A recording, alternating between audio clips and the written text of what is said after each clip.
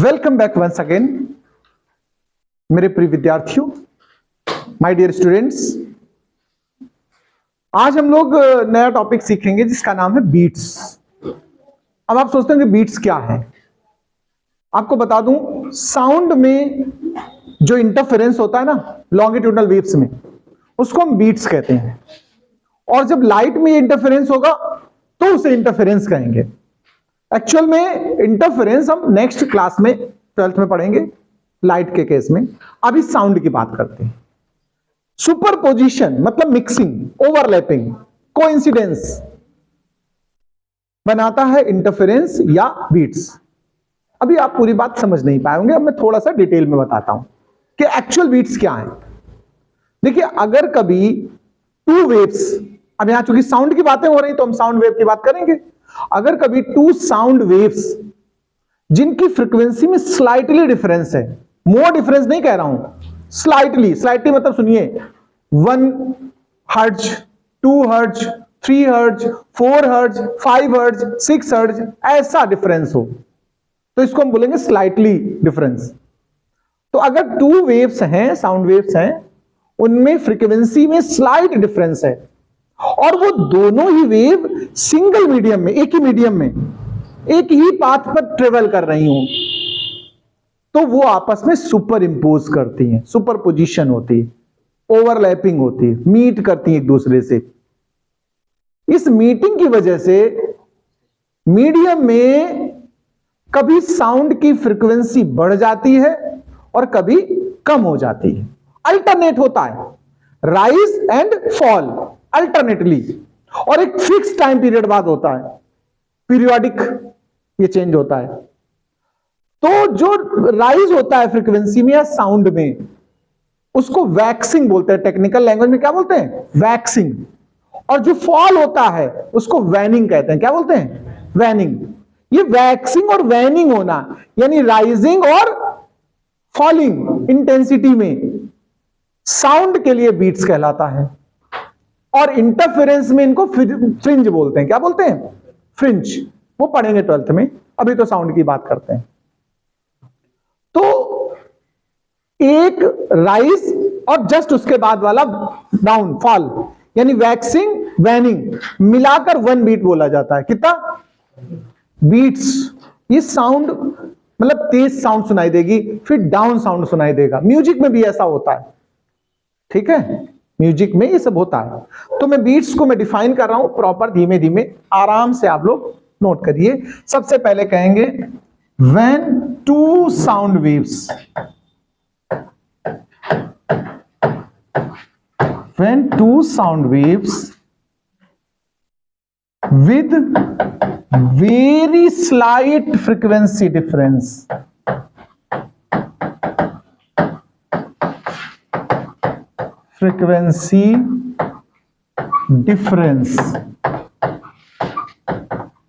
moves in same medium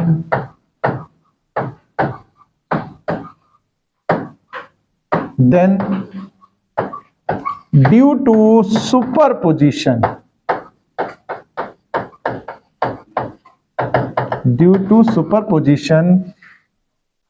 intensity of resultant wave increases या rises, कुछ भी लिख दें, rises and falls, rises and falls alternately, periodically। Periodic इसलिए word use किया क्योंकि फिक्स टाइम पीरियड बाद ऐसा होता है, फिक्स रहता है period, periodically. Technically known as, इसको हम टेक्निकली क्या कहेंगे? Technically known as waxing and waxing है, वैक्स है ये सब, वैक्सिंग एंड वैनिंग।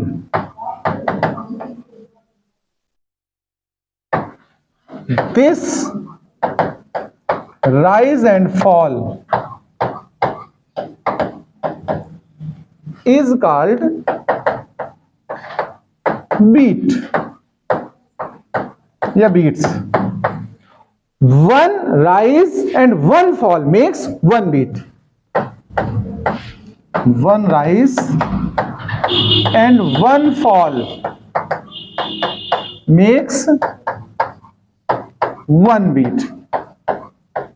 इसमें मेन इंपॉर्टेंट बात है बीट फ्रीक्वेंसी. बीट फ्रीक्वेंसी का मतलब होता है डिफरेंस इन द फ्रीक्वेंसीज. जो दोनों फ्रीक्वेंसी हैं आपके पास, जो साउंड वेव्स हैं दोनों, उनकी जो फ्रीक्वेंसी का डिफरेंस होगा, जो बड़ी होगी उसको पहले लिखेंगे, जो छोटी है उसको बाद में. तो जो फ्रीक्वेंसी डिफरेंस होगा वो बोला जाएगा बीट फ्रीक्वेंसी. बीट फ्रीक्वेंसी मतलब नंबर ऑफ बीट्स पर सेकंड बोलते हैं. इसी का दूसरा नाम क्या है? इसको हम बोल सकते हैं नंबर ऑफ बीट्स पर सेकंड. इसी को बीट फ्रीक्वेंसी बोलो या नंबर ऑफ बीट्स पर सेकंड बोलो. तो इसका ये फॉर्मूला लर्न कर लो. मैं एग्जांपल से समझा देना चाहता हूं इस बात को. एग्जांपल के लिए सपोज करो 2 ट्यूनिंग फॉर्क हैं. क्या है? ट्यूनिंग फॉर्क तो आप जानते हो, ऐसे स्टील के बने होते हैं ऐसे. ये 2 ट्यूनिंग फॉर्क हैं सपोज करो हमारे पास. इसकी जो फ्रीक्वेंसी N1 है वो 256 हर्ट्ज है. कितनी है? और जो N2 है वो 260 है हर्ट्ज. इन दोनों को एक साथ अगर ट्यून किया जाए, मतलब वाइब्रेट कराया जाए एक साथ, तो जो बीट्स आपको सुनाई पड़ेंगे वो बीट फ्रीक्वेंसी बोली जाएगी. उसको हम क्या बोलेंगे? Beat frequency. तो बीट फ्रीक्वेंसी की वैल्यू अगर ऐसी सिचुएशन में पूछी जाए आपसे, तो बीट फ्रीक्वेंसी हम कहेंगे इनका डिफरेंस. तो डिफरेंस में N2 पहले लेना है और N1 बाद में. जो बड़ा है मतलब उसको पहले लेना है. यह डिफरेंस करना है मुझे, पॉजिटिव में लेना आंसर. तो कितने बीट्स पर सेकंड आपको सुनाई पड़ेंगे? 4 बीट्स पर सेकंड. इतना पहले आप नोट कर लो, फिर और कुछ बताता हूं मैं आपको. इतना अगर आप समझ गए हैं बीट्स का डेफिनेशन, तो थोड़ा एनालिटिकल वे में आपको डिस्कशन बताता हूं. इससे फॉर्मूला डेवलप होगा, प्रूविंग है. फिर इस पर कुछ क्वेश्चंस की बात करूंगा. अभी तो हम बात करने वाले एनालिटिकल ट्रीटमेंट ऑफ बीट्स. सुनिए जरा बीट्स. बात करते हैं. मैंने कहा था 2 waves with slight difference in frequency. Difference तो है, तो हम 2 SHM ले रहे हैं. Let one wave is y1 is equal to a sin omega 1t. Omega 2 pi n होता है फ्रीक्वेंसी, n फॉर फ्रीक्वेंसी. तो इसको हम लोग क्या लिख सकते हैं? a sin 2 pi n1t. नहीं लिख सकते? बताओ. Second wave and second wave y2 a sin 2 pi n2t. ये n1 n2 में थोड़ा सा डिफरेंस है बस. सुपरपोजिशन. अब हम सुपरपोजिशन की बात करेंगे. According to principle of superposition. देखो अगर हम सुपरपोजिशन की बात करें तो y is equal to y1 plus y2. दोनों को आप सम कर दीजिए. a sin 2 pi n1t plus a sin 2 pi n2t. इसमें अगर आप थोड़ा सा फोकस करेंगे तो sine c plus sine D का फॉर्मूला बन रहा है. देखो देखो आप लोग, sine c plus sine D का फॉर्मूला तो आपको पता ही होगा. क्या होता है? Sine c plus sine D 2 sine c, यानी कि 2 pi n1t plus d 2 pi n2t by 2 into cos c minus D by 2. Okay, तो 2 pi n1t minus 2 pi n2t by 2. यही तो होता है रिलेशन भाई. इसको थोड़ा हम सिंप्लीफाई और कर ले रहे हैं. देखो कॉस वाला आगे लिख दे रहे हैं. 2a कॉस, ये एम्पलीट्यूड बनाता है. फ्रीक्वेंसी ध्यान रखिएगा, वेव के लिए साइन होता है और अदर जो कॉस का फैक्टर होता है वो एम्पलीट्यूड के लिए यूज होता है. तो उसको आगे लिख दिया मैंने, लेकिन वहां 2 कॉमन लेके कैंसिल हो जाएगा. पहले बताओ. तो पाई भी कॉमन है, वैसे तो t भी कॉमन है, तो अंदर ब्रैकेट में क्या बचा? n1 माइनस n2 और 2 कॉमन होके कैंसिल हो चुका है. ये कॉस का फैक्टर है, फिर साइन वाला फैक्टर भी इसी तरह बना दो, तो वहां भी 2 कैंसिल हो चुका है, पाई कॉमन हो जाएगा, n1 प्लस n2 बनेगा। हमारा मेन फोकस होगा, ध्यान रखना, एम्पलीट्यूड पर। किस पर? वेव तो बन गए रिजल्टेंट। हमने कहा कि जो रिजल्टेंट वेव होगी उसकी इंटेंसिटी या तो राइज करेगी या फिर फॉल करेगी। ओके, तो हम एम्पलीट्यूड उठा रहे हैं। क्या उठा रहे हैं इस पर? Here amplitude. एम्पलीट्यूड हमारा एक्चुअल में 2a cos pi n1 minus n2t है कि नहीं? बताओ। ये एम्पलीट्यूड मैक्सिमम कब होगा, एक बार वो चेक करेंगे और एक बार हम मिनिमम चेक करेंगे। तो देखो, फॉर मैक्सिमा, मतलब मैक्सिमम माने वैक्सिंग की बात हो रही है। मैंने बोला था 2 इवेंट होनी है, वैक्सिंग और वैनिंग, राइज एंड फॉल। जब इंटेंसिटी राइज हुई तो मैक्सिमम रेट करी, फॉल होगी तो हम मिनिमम कहेंगे। तो फॉर मैक्सिमा देखो, कॉस अगर मैक्सिमम होगा तो ये मैक्सिमा आएगा, और कॉस की अप या नीचे उतना मतलब डाउन जाने की टोटल मैक्सिमम वैल्यू क्या हो सकती है? +1, वन डायरेक्शन में मैक्सिमा, और अदर डायरेक्शन की चेक करें तो -1। ये किसकी वैल्यू होती है कॉस में, किसी को पता है? कॉस n पाई, कॉस n पाई, जहां पर n को क्या लिया हो, लेकिन देखो n मैच हो जाएगा, फ्रीक्वेंसी को n बोल रहे हैं आप, तो यहां n ना हो करके हम इसका कुछ नाम बदल दें, p लिख दें, कोई दिक्कत है किसी को? Cos p pi, where p is equal to 0 1 2 3। जरा रख के देखना, 0 रखो तो cos 0 आएगा, और cos 0 वैल्यू 1 होती, 1 पुट करके देखो cos 180 आएगी, -1।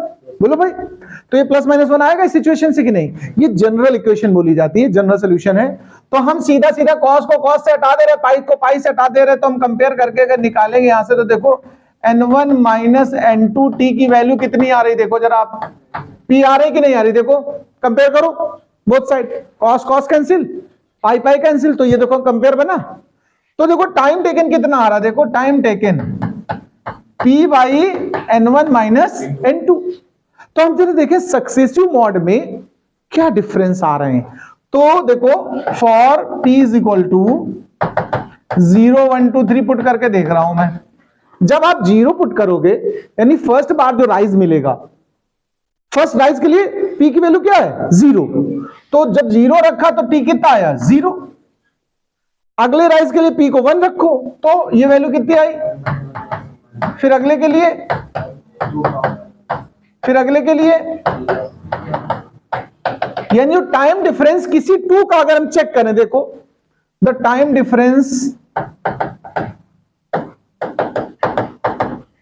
तो देखना इससे इसको माइनस करके देखो, 1/n1 माइनस n2 से 0 माइनस करो तो यही तो बचेगा, या फिर इस वाले से उस वाले को, मतलब उससे पहले वाले को सब्ट्रैक्ट करो, यही सक्सेसिव। आप देखोगे तो बार बार सेम रिजल्ट आ रहा कि नहीं? किन्हीं 2 को डिफरेंस करके आप देख लो सक्सेसिव ऑर्डर में, तो डिफरेंस क्या आ रहा टाइम का? ये आ रहा कि नहीं आ रहा? मतलब ये टाइम डिफरेंस है, तो फ्रीक्वेंसी इसका इनवर्स होती कि नहीं? तो फिर फ्रीक्वेंसी क्या मिलने वाली है हमको? देखो n1 माइनस n2 मिली कि नहीं मिली? बीट फ्रीक्वेंसी का ये तो फॉर्मूला सिखाया मैंने आपको। अब ये राइज से मैंने चेक करा है, राइजिंग से। यही हम वैनिंग से भी दिखा सकते हैं, डाउन वाले से 0 के लिए। तो देखो फॉर मिनिमम, मिनिमम में कॉस उठाओ, फिर से वही मतलब मेन बात वहीं से आएगी। देखो cos pi n1 minus n2t, cos pi n1 minus n2t is equal to, इसके लिए हम 0 वैल्यू पुट कर लाना चाहते हैं, और 0 कॉस किसकी होती है? देखो जैसे π/2 की होती है, और किसकी होती है?